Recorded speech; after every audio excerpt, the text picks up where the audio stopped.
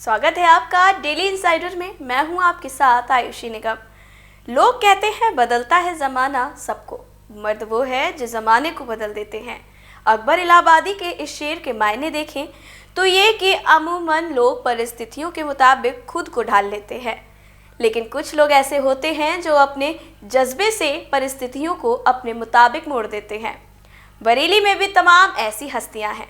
उन्हीं में से एक नाम जो सरे फहरिस्त है वो है प्रतीक तनेजा, जो कि बन मक्खन चाय के फाउंडर हैं। 40 लीडर्स अंडर 40 में आज हम लेकर आए हैं उन्हीं का कामयाब सफर।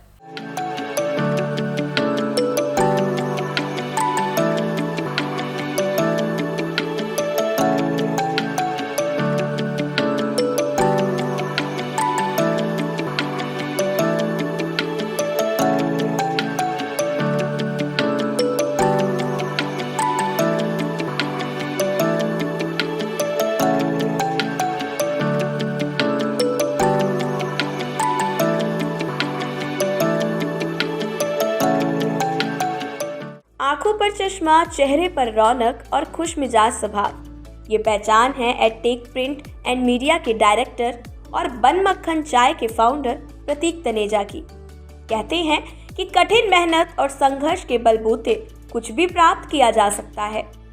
प्रतीक तनेजा का परिवार पहले पाकिस्तान में रहता था। इनके दादा बंटवारे के बाद भारत आए थे। तभी से पूरा परिवार बरेली की एकता नगर कॉलोनी में आकर बस गया था। यहीं से उनके परिवार के नए सफर की शुरुआत हुई।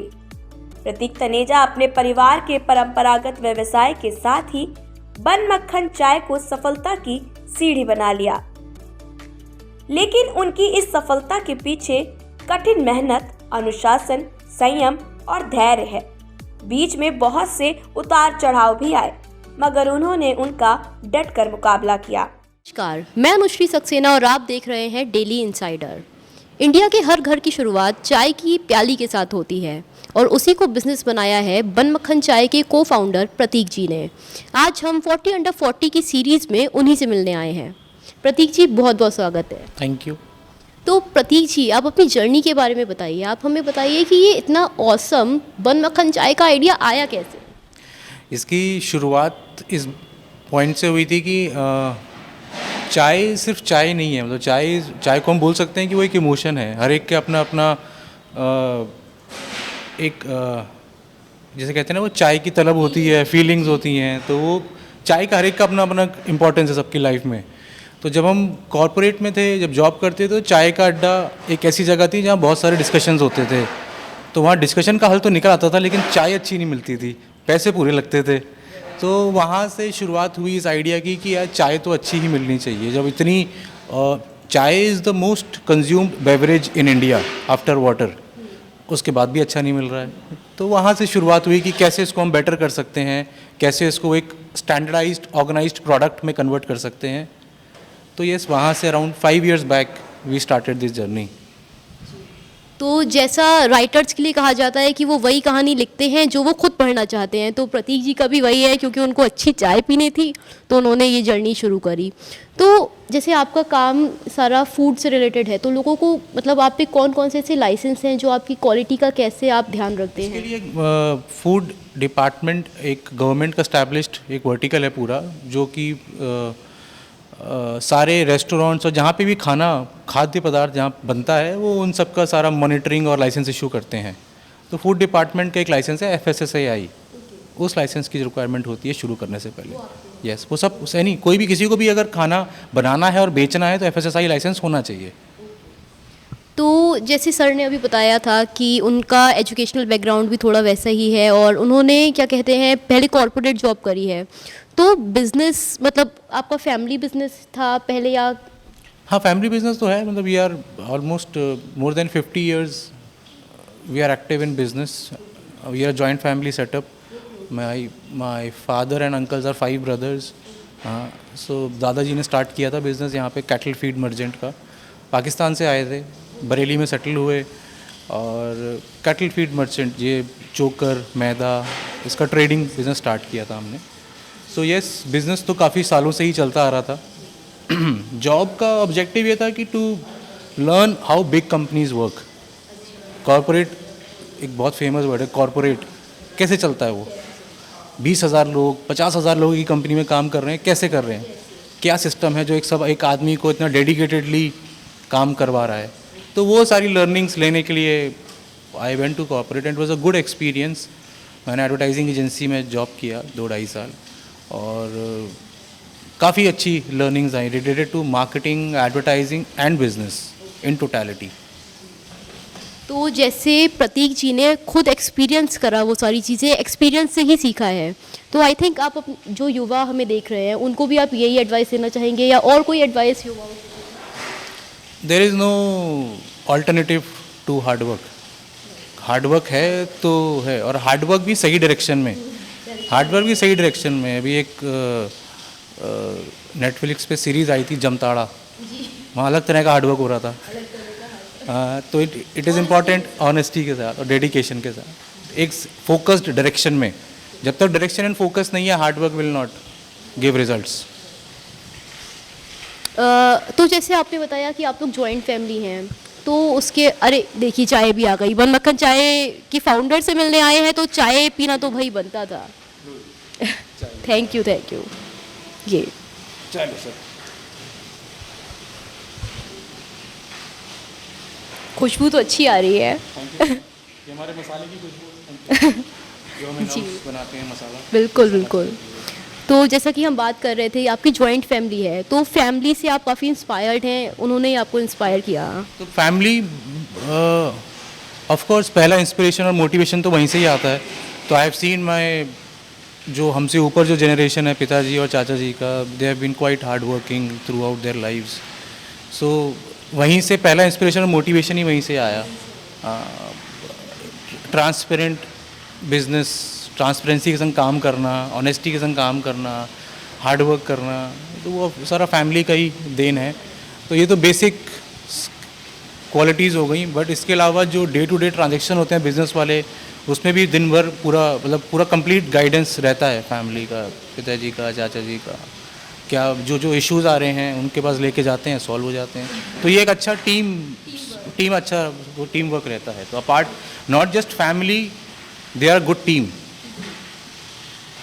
तो एक फैमिली एक टीम ही होती है देखा जाए। तो आप अपनी टीम के साथ जब आप काम पे नहीं होते, कैसे टाइम स्पेंड करते हैं? आराम करना बड़ा पसंद है जिसकी बस कमी रहे ज़िंदगी में, तो इसलिए I want to chill out and relax when not working. तो लिसनिंग सम गुड म्यूज़िक।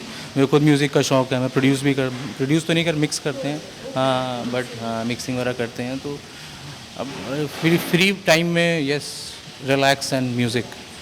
अभी हम आपके ऑफिस में आए थे एक्चुअली, तो उसमें लिखा था लीव योर वरीज आउटसाइड।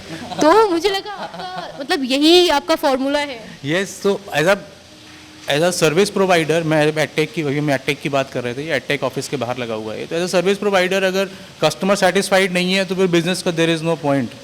तो जब तक कस्टमर खुश नहीं है तब तक कोई बिज़नेस का स्टैंड नहीं है। तो इसलिए वहाँ पे वो ऐसा लिखा हुआ है कि चिंता बाहर छोड़ दो, अंदर सारे काम हो जाएंगे। Advertising, at least advertising and marketing related तो हो ही जाएंगे। तो आपका ये जो पूरा मार्केटिंग का एक्सपीरियंस है, उसका आपको ब्रांड बिल्डिंग में इतना फ़ायदा हुआ होगा, तो उसके बारे में आप थोड़ा अभी जब हम बात करते हैं एडटेक की, तो edtech is a full service company. Full service company means कि हम लोग प्रिंटिंग भी हम लोग डिज़ाइनिंग भी करते हैं, हम लोग प्रिंटिंग भी करते हैं, हम लोग एड्स रिलीज़ भी करते हैं और डिजिटल मार्केटिंग भी करते हैं। तो ये सारा एक मार्केटिंग का जो भी रिक्विजिट्स हैं वो सारा इस ब्रांड के अंडर में होता है। तो यहाँ से हम लोगों ने, मतलब मैंने जो भी सीखा, तो आइडिया वाज कि रादर देन जो चीज़ें हम दूसरे कस्टमर्स को देते हैं for their promotion and branding, वो अपने ऊपर क्यों नहीं अप्लाई करके देखें कि हम कितने सही हैं। तो I took it as a challenge. जो हम स्ट्रैटेजीज़ या सर्विसेज कस्टमर्स को ऑफ़र कर रहे थे, वो मैंने खुद पे अप्लाई करना शुरू किया और उसका रिजल्ट इस बन मक्खन चाय। द एंटायर ब्रांड का जो प्रेजेंटेशन है वो सब इन हाउस ही है। प्रतीक ने व्यवसाय की ABCD अपने पिता और परिवार से ही सीखी, प्रेरणा भी उन्हीं से ली, लेकिन उसमें आधुनिकता का समावेश कर उसे और अधिक प्रभावशाली बनाया। प्रतीक के चाचा का मानना है कि किसी भी काम में सफलता के लिए मूल मंत्र ईमानदारी है और प्रतीक ने भी इसी को आधार बनाया है। नहीं, इसमें कोई दो राय नहीं है। ईमानदारी से बड़ी कोई पैरामीटर, कोई गाइडलाइंस नहीं है ज़िंदगी में आगे बढ़ने के लिए। जीवन में आगे बढ़ना है तो आपको ईमानदारी से हर वो काम करना होगा जो आपका इंटरेस्ट है, जहाँ पर आपका शौक़ है। वो खेलना है, कूदना है, पढ़ाई करना है या बिजनेस करना है। अगर आप अपना किसी भी काम में ईमानदारी से अपना 100% लगाते हैं तो सफलता एश्योर्ड है। प्रतीक के चाचा राजीव तनेजा से जब प्रतीक के विषय में बात की तो उन्होंने कहा कि प्रतीक से तो हम इंस्पायर होकर सीखते हैं। साथ ही उन्होंने ये भी कहा कि हमारे बीच कोऑर्डिनेशन ही सफलता के रूप में सामने है। प्रतीक तो आजकल की जो जनरेशन है वो तो उनसे तो हम लोग इंस्पायर होकर सीखते हैं। हम लोग उनसे मैसेज लेते हैं कि आगे हम कैसे मूव करें, because it is a coordination कि हम दोनों का आपस में, कि हम लोगों ने उनके टाइम के साथ में एडजस्ट किया और वो उन्होंने हमारी चीज़ों से सीखा। तो दोनों का जो कोऑर्डिनेशन है वही आपके सामने है। ऑब्वियस है ना कि अगर मैं सिर्फ अपने टाइम को लेकर या वो सिर्फ अपनी चीज़ों को लेकर अगर हम एडमेंट रहेंगे तो आप साथ साथ नहीं चल पाएंगे। एक समय चाय और बन मक्खन सिर्फ लखनऊ के मशहूर हुआ करते थे। बरेली में बन मक्खन को 5 साल पहले लोग जानते भी नहीं थे, मगर प्रतीक तनेजा ने बरेली में बन मक्खन चाय को ब्रांड बना दिया, वो भी उन परिस्थितियों में जब इनका परंपरागत व्यवसाय एडटेक पहले से ही शहर में फैला था। प्रतीक तनेजा अगर चाहते तो अपने परंपरागत व्यवसाय को आगे बढ़ाकर ही संतुष्ट हो सकते थे, मगर मन में जब कुछ अलग करने का जज्बा हो तो रास्ते भी अपने आप निकल आते हैं।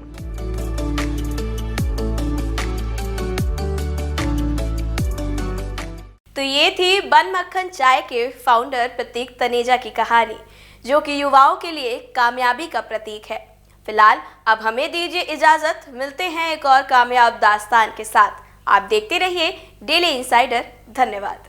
यूपी और देश दुनिया की तमाम ताज़ा तरीन खबरों के लिए गूगल प्ले स्टोर से आज ही डाउनलोड करें हमारा तेजी से उभरता न्यूज़ ऐप डेली इंसाइडर।